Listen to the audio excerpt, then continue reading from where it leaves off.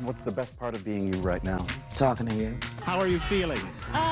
Like $1 million bucks. You look like $1 million bucks. And then back to Australia for a couple of days, then back here. Oh, so you got a chance to see your honey, your horse. Yeah, I did actually. I went for a really big ride the other day for 4 hours. But you guys are funny and good. I'm scared of you. You're scared of us? Oh, don't be scared of us. Because you know what's I can understand being scared of him. But me? Yeah. Okay, one final word. All right. Wow. Wow. Thank you. Enjoy yourself tonight. Do good work. Thank you. Well, for years, Steve Kmetko was a fixture on red carpets all over the world. He anchored E! News Daily and was the entertainment reporter for CBS News. Then one day, he was gone. He's finally sharing his story and hosting his own podcast. It's called Still Here Hollywood, and Steve joins us this morning. Good morning. Hi. Good to see you, Steve. It's nice to be here. I'm reading about all this things that you parted with E, and their explanation of it all just sounds like a bunch of BS. It was. What was the real I had answer? a run-in with the new general manager at the time, and she had asked me, long story long. Yeah. There was a viewer, a young kid, who watched me on a regular basis, and he would write to me through the website for the channel. And he asked me once if he got an assignment. He was in college, and he wanted to know if he could make a website for me. And I said, sure, you know, everybody has to give somebody else a hand. Yeah. Right. And so he did. And via that website, when I came up for contract negotiations, I said, hey, if you like me, write in and let them know, or give them a call. Yeah. Well, the general manager did not like that. And she confronted me, and in a very confrontational way. And I'm like a 12-year-old when somebody yells at me, still, at age 71. And I said, no, I didn't do that. Wrong answer. Yeah. And so they let me go. Tell us what happened to you after that, because you were such a public fixture. You did great interviews. What happened to you personally after that? I stayed in Los Angeles for a while. Cost of living is too high. I couldn't find work. I was told, I don't know, this makes no sense to me, but I was told that I was too closely identified with E, so nobody wanted to pick me up. I thought that would be an asset. Right. Yeah, But right. no, it wasn't. And so, you know, I went to do some freelance work at Fox in Los Angeles. A couple of people I worked with were over there then, and they hired me. And then my parents started getting older, and I had always missed Chicago. I love this city. It's a great place to live and grow up. And so I decided to come home. My brother, we were 5 siblings, and all but 2 of us were gone. And my parents were in their 90s, and I thought, well, you know, I'm not doing anything else. I'll go home and help them out. So I did.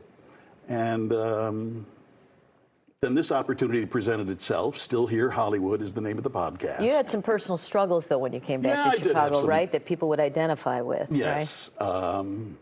It was not easy being a gay man. You'd think in Hollywood, of all places, it would be a little easier, but it wasn't. And then when I came back, also, I had an issue with drinking. I like to say Hollywood was good to me, but it wasn't good for me. I got into a lot of bad things. And so I came home, and it took a while, but several rehabs later, I've been sober 9 years now. Amazing. Congratulations. Which I'm pretty happy about. The celebrity interview, there's a lot of canned, predictable stuff. How do you break through that? That's one of the nice things about the podcast I'm finding. I'm not limited because, you know, we were talking about junkets earlier. Yeah. When you go on those junkets and you're interviewing people about their current movies, you're really limited in what you can ask. They have their publicist standing right there saying, you know, Right. And But why do you care what the publicist says? Why are you forbidden to ask what you want to ask? oh no, because I had one publicist tell me once, when I was interviewing Anne Heche, you ask her anything about Ellen DeGeneres, I'm going to yank her.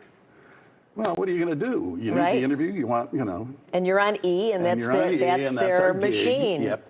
Well, do you So- find now that on your podcast, some of the celebrities that you see made a connection with outside of the ordinary, and just those few clips we saw, Are they coming on and talking to you now? I'm having a little trouble Yeah. getting in touch with some of them. There's always a layer of publicists and managers Yeah. that sometimes get in the way, and they're not exactly listed in the phone book. Yeah, yeah. So finding them, and I wasn't one who used to hang out with them.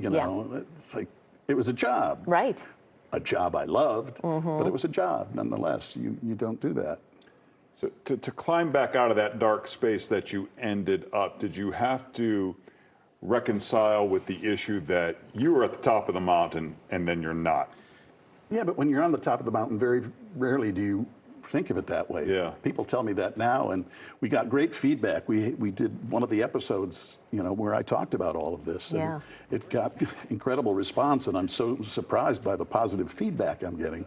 I'm learning some things about myself that I didn't know.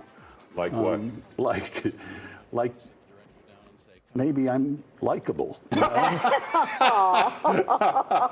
I think When you grow up the son of a Baptist minister, and I felt, I kind of felt as the youngest of the kids, I felt as though I never measured up, we all go through this stuff and you just have to work through it. And now, my best years are probably behind me, and you got to admit that too. So I'm trying to be a little more honest with myself. Well, I think your vulnerability is refreshing. I think people see that, and you see some of these celebrities that keep hanging on. They chase the fame, chase the fame, and it's like all of a sudden you take a deep breath and you're like, this is me.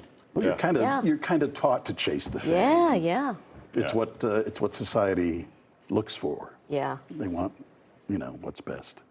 Well, it's an amazing story. How long did we wait for the Cubs to win? I mean, take a look at that. Right? The podcast is Still Here Hollywood. For more, follow Steve on social media. It's such a pleasure to talk to you, Great to Steve. meet you. Thanks for having me. I'm really All the honored. best to you. Thank Take you. care. So I'm not